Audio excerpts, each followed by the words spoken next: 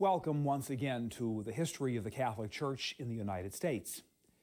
You recall in our first episode, we were speaking about the Spanish and the French colonizing efforts in the 16th and 17th centuries.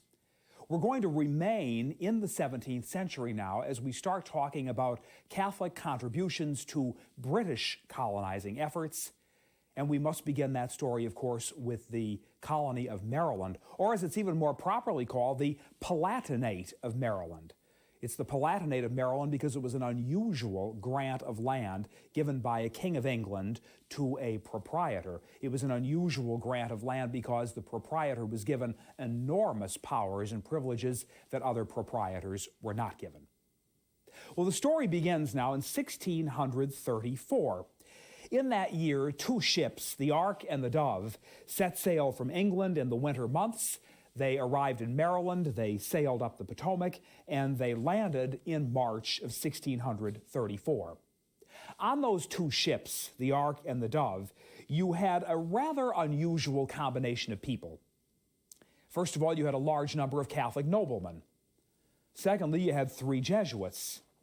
And finally, you had a number of servants, some of them Catholic, but the larger number of them non-Catholic. It was a somewhat unusual group of people, not necessarily the types that you would think would be coming to the New World together at the same time to begin a colonizing effort. And yet, with the arrival of this group of people on the shores of Maryland in the spring of 1634, a new chapter was about to open in the history of British colonization. Maryland was a colony in which, as one contemporary described it, love and amity were supposed to exist between all the members of the colony. Believe me, it didn't always work out that way, but it certainly was a noble ideal. Primarily, the colony of Maryland was a commercial enterprise. It was not a haven for persecuted Catholics from England. Rather, it was primarily a commercial enterprise. Now, we don't want to say that religion was not going to play any part. Religion most certainly would play a very significant part from the very earliest days of the foundation of Maryland, and the career of a man by the name of George Calvert saw to it that religion was going to play a very significant part in the development of colonial Maryland. George Calvert had been born in Yorkshire in England, and although his parents had been Roman Catholics, they conformed to the Church of England at the time of the Reformation. Calvert's early training was given to him by an Anglican clergyman. He was apparently very, very bright, a wonderful student. He entered government at an early age, and he rose very rapidly in governmental circles. Came from a fine family, had the finest education that one could have in England in his time, and he very quickly rose to become clerk of the Privy Council. He was therefore one of the principal secretaries of state to His Majesty King James I. He was giving all kinds of contributions to the British government for a good number of years, but all of a sudden, all of George Calvert's contributions to the government in England became almost meaningless. They became almost meaningless because he announced to the officials of the government that he had officially converted to Roman Catholicism. Well, when he converted to Roman Catholicism in England of those days, he had to give up most of his titles. He had to relinquish many of his government positions. And what was he to do with the rest of his life? Well, he got the idea to begin a colonizing venture. And even though Calvert had become a Roman Catholic, even though he had, by that action, had to give up a lot of his positions and jobs and the like, still the king held George Calvert in a tremendously high regard. So he said, well, I'll let you do whatever you want to do. You can't serve in government, but what would you like? And Calvert said, I would like to begin a colonizing expedition to the New World. The king said, fine, you tell me what tract of land you want and it's yours. So Calvert began, first of all, in Canada, in the area of Newfoundland, started a colony which was named Avalon. The colony did not go very well because the weather was so cold. Most of the people who went over there to engage in the initial venture came home to England once again. So George Calvert said, well, may I have another tract of land in a warmer climate where I can begin settling people? The king said yes. And that's the story of how the Ark and the Dove went to the Chesapeake and arrived there in 1634. George Calvert himself was not the man who was going to live to see the beginnings of colonial Maryland. George Calvert would die in 1632 in England. It fell to his brother Cecil Calvert to undertake the actual work of the colonizing expedition, and it fell to Cecil Calvert's brother Leonard to actually be the member of the family to accompany the colonists to colonial Maryland and also to serve as the first colonial governor once a governmental structure was developed, once a governmental structure was set up in Maryland. So, we had a number of noblemen whom George Calvert initially attracted to this venture. We had Jesuits and we had servants. All of them came here. And of the Jesuits, there were three of them. One was a most unusual and a very wonderful man. His name was Father Andrew White. He was a rather well-known diarist, and this is what he wrote in his diary. In this place, on our Blessed Lady's Day in Lent, March 25th, 1634, Feast of the Annunciation of the Blessed Virgin Mary, we first offered Mass, erected a cross, and with devotion took solemn possession of the country. Well, these people got off the Ark and the Dove, and they were immediately met by representatives of the Piscataway Indian tribe. Now, the Piscataway Indians in Maryland were completely unlike the Iroquois Indians that poor Father Isaac Jogues had encountered in Quebec and in upstate New York. These were a very friendly Indian tribe. They had initial negotiations, and it was the Piscataway Indians who first led these settlers from the ship after they had said Mass and brought them to what we would call today St. Mary's City, right at the very tip of southern Maryland. It was at St. Mary's City that the first actual city developed in colonial Maryland. It was at St. Mary's City that the governmental structure of the colony first took shape, where the social and economic life of the colony indeed began. Now, of these Jesuits who came, Andrew White and another man by the name of John Altham were priests, and Thomas Gervais was a Jesuit brother. They were all very holy and very spiritual men, but certainly Father Andrew White stands out of the three of them. Andrew White gave up a very influential teaching career in England to take on the life of a missionary in the New World and to serve as chaplain to a number of these noble families once they settled in Maryland. Not only that, Father White wrote a dictionary, he wrote a grammar of the Piscataway language, and he baptized hundreds and hundreds of Maryland Piscataway Indians. He brought them into the church. Marvelous man, very, very profound missionary. So he was a unique feature of colonial Maryland, to be sure. Another unique feature of the colony was the fact that from day one, while the Catholics were in power in colonial Maryland, religious toleration was practiced. That's something that even William Penn's holy experiment in Pennsylvania could not completely brag of. But in Maryland, religious toleration was practiced, and it was practiced from the very first day of the colony's existence. And finally, another unusual feature about society in Maryland is that these were Catholic noble families who came to Maryland. They were people who had led a very comfortable life in England. They were people of wealth, people of affluence. They were looking for a comfortable life in colonial Maryland. They were looking to live in the same kind of comfortable homes, to have the same kind of education for their children and so forth.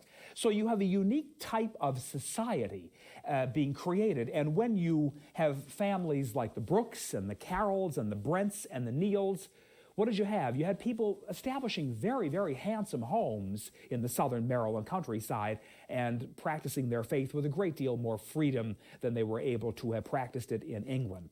So large manor homes were erected, chapels were built, Mass was offered, and many servants, many people who had worked for these noble families in England continued to work for them when they came to colonial Maryland.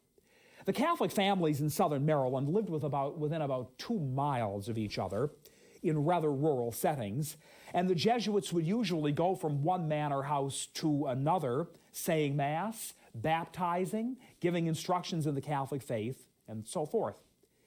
These manor homes, places like St. Inigo's and Newtown, both in St. Mary's County, Port Tobacco in Charles County, White Marsh in Prince George's County, and a number of others, really became the focus of Catholic parochial life in Maryland in colonial days. Wasn't too many years before parish churches began to develop. Registries of baptism, marriage, deaths, and so forth began to grow up. Stable congregations began to flourish, and Catholic life came to fruition in colonial Maryland.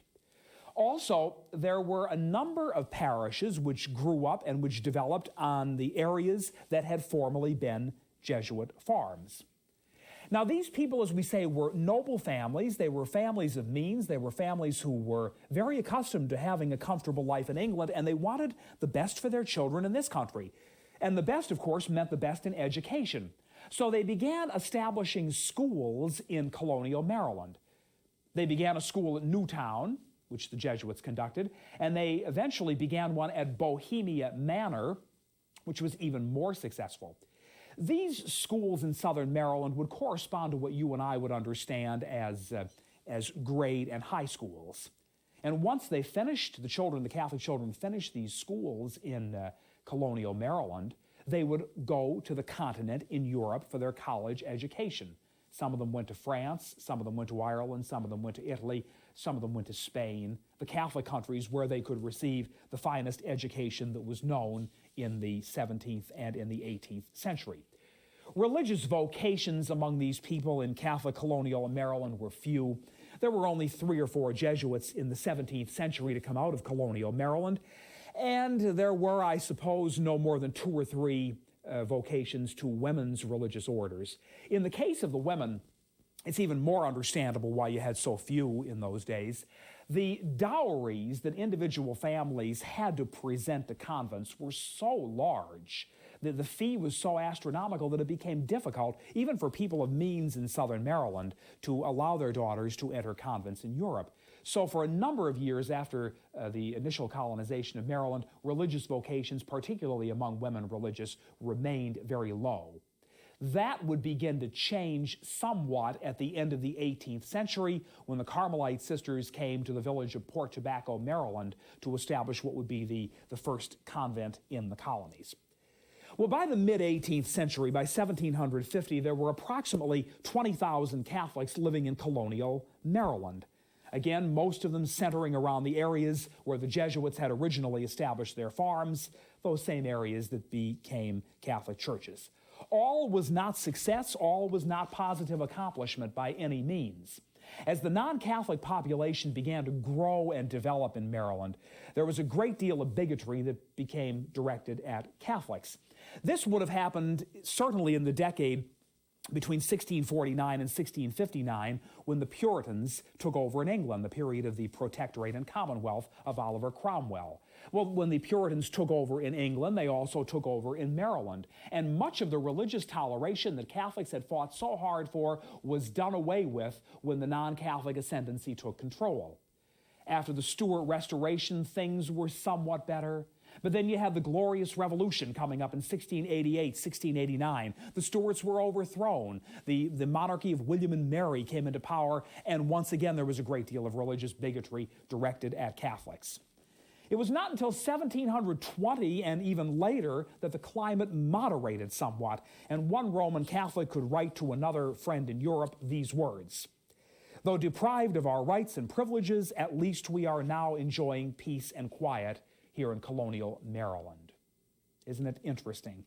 They fought so hard for toleration, and yet they were deprived of it. Very significant that a non-Catholic American historian by the name of Sanford Cobb could write something like this: "In the face of the remarkable fact that during the half-century in which the Romanists governed Maryland, they were not guilty of a single act of religious oppression, the legislation against them was warranted and base." Very, very objective, very balanced comment from a historian, once again, writing outside the household of the faith. Well, from Maryland now we come to Virginia. You do not think of a great deal of Catholicism in Virginia, but there was some. You tend to think more of places like Jamestown and Williamsburg and Bruton Parish Church and the Henrys and the Randolphs and the Lees and the Jeffersons and the Washingtons and so forth. But there actually was a Catholic presence in Virginia, and it was the presence of the Brent family, and particularly a gentleman by the name of Giles Brent of Richland. The Brents had actually come many years earlier from Maryland to Virginia, and Giles Brent became in his day the most prominent Catholic in the colony of Virginia. He was a very gracious man. He was a very religiously tolerant man. For example, Giles Brent wanted to bring a number of French Protestant Huguenots from France to settle in the northern neck of Virginia, where they would enjoy religious toleration. Louis XIV in France had revoked what was called the Edict of Nantes. Now, the Edict of Nantes was a piece of religious toleration which said that everyone could worship in France. Well, in point of fact, they could not. Louis XIV was saying if you're not a Catholic in France, you can't worship. So you see, if the Protestants were anti-Catholic in colonial Maryland, the Catholics could also be very anti-Protestant, and they were in France. And all these French Huguenots had no place to worship. And Giles Brent of Richland was very, very willing to welcome these good people, but through a number of political intrigues, that particular plan never came to fruition. He also wanted to bring persecuted English Catholics to settle some years later in the same area of Virginia. Once again, his plan did not come to fruition, but he certainly was a religiously tolerant, open man. Richland was a large manor home, and the Brents continued there for many generations. You had Bobby Brent's Landing out in front of the large manor home. And when Father John Carroll returned from Europe to the United States to begin his ministrations and ultimately to become our first bishop, it was at Bobby Brent's Landing in Virginia that the young Father Carroll came. After Virginia, we go to the Holy Experiment of William Penn in Pennsylvania. Pennsylvania was chartered in 1681, and really the colony of Pennsylvania, since it was inhabited by so many Catholics, gives us a pretty good idea of what urban Catholicism was going to be about. After all, Philadelphia was becoming a very economically profitable city, and there were a lot of Catholics settling there, and it shows us the urban composition that Catholicism was going to assume, particularly as we start getting closer now to the American Revolution. Who came to the colony of Pennsylvania? Who came first to Philadelphia? Well, we had a number of Irish Catholic servants who accompanied the English and Welsh Quakers who came in William Penn's original party in 1682. As we get into the next century, we have a number of Catholic Rhinelanders who came from Germany. They came first to Philadelphia, and then they moved ultimately to the hinterlands and finally to Lancaster. You had a rather large German Catholic population settling in a number of small communities in what today would be the Pennsylvania Dutch country of the Keystone State. You had a number of Scotch Highlanders who came to Philadelphia but eventually made their way to the Alleghenies. These would be Gaelic-speaking Catholic people. And you also had a number of French Acadians who made their way down from Canada and settled in the eastern port cities of Philadelphia, Boston, New York, Charleston, South Carolina, and the like. These French Acadians, by the way, were immortalized by Henry Wadsworth Longfellow in his famous poem Evangeline, when he wrote these words: "Under the humble walls of the little Catholic churchyard, in the heart of the city they lie, unknown and unnoticed." There were two very famous Catholic churchyards in Philadelphia. One was Old St. Joseph's in Willings Alley that had been begun by Father Joseph Grayton, a Jesuit, in 1729. You can still go to Willings Alley and see Old St. Joseph's today. It's part of the National Historic Landmark, which comprises Independence Hall and so many of the other buildings that played such a substantial role in our country's early development. Well, that was Old St. Joseph's on Willings Alley. It was begun by Father Grayton, as we say, and it was composed of all of these various ethnic groups. And they were people who were, for the most part, I think we can describe them as tradespeople. Some of them were tavern keepers, laborers, servants, sailors, and as we say, these somewhat unusual French-speaking Acadians who were a different ethnic group to themselves.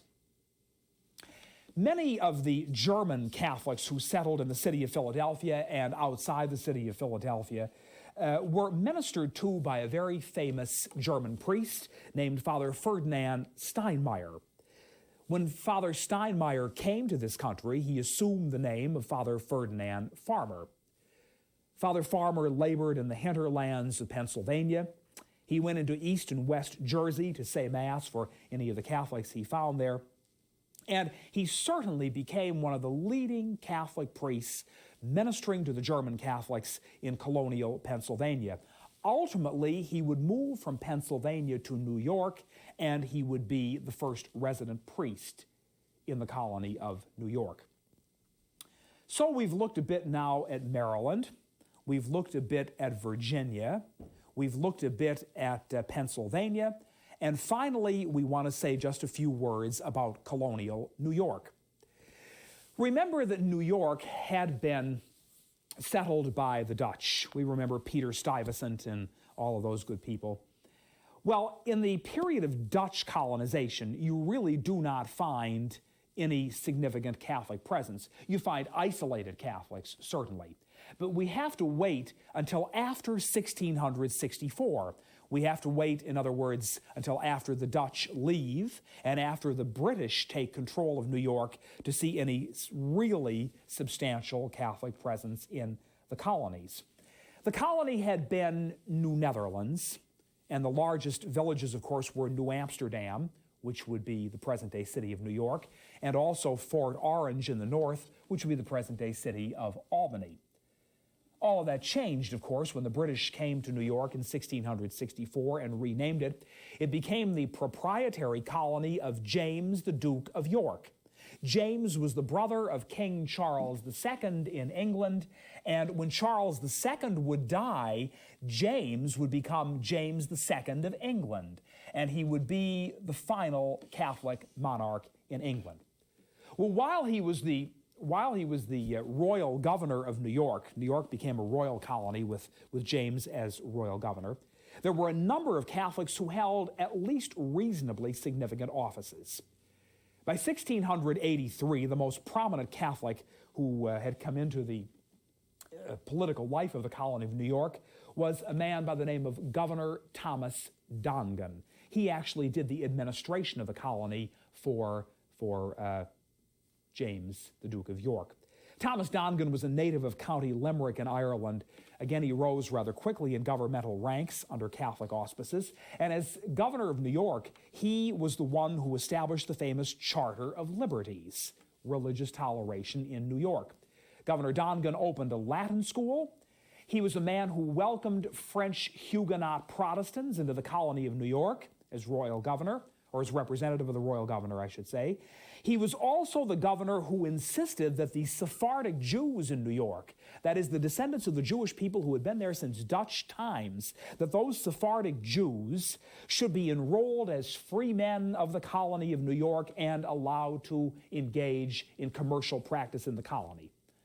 Dongan retired, of course, after his term of office ended. He bought a farm on Staten Island, and he thought he was going to live very peacefully, quietly, comfortably for the remainder of his life.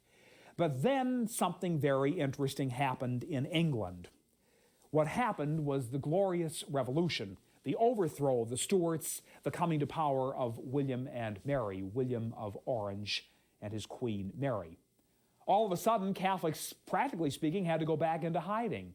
Things became very difficult for them. They knew that if they were going to practice their religion, they would have to practice it somewhat quietly, if they could practice it at all. No one knew, in other words, after the Glorious Revolution, what state they would be in if they were Catholics, depending on how much toleration would be extended to them in the various parts of the world in which they lived. Well, Governor Dongan thought to himself, here I am on Staten Island, living peacefully and quietly and so forth, but is my life going to be all that comfortable? I don't know. So he decided to leave New York, and he went to England, where he lived quietly and died in the city of London in 1715. These are some thoughts then on Catholics in the British colonies.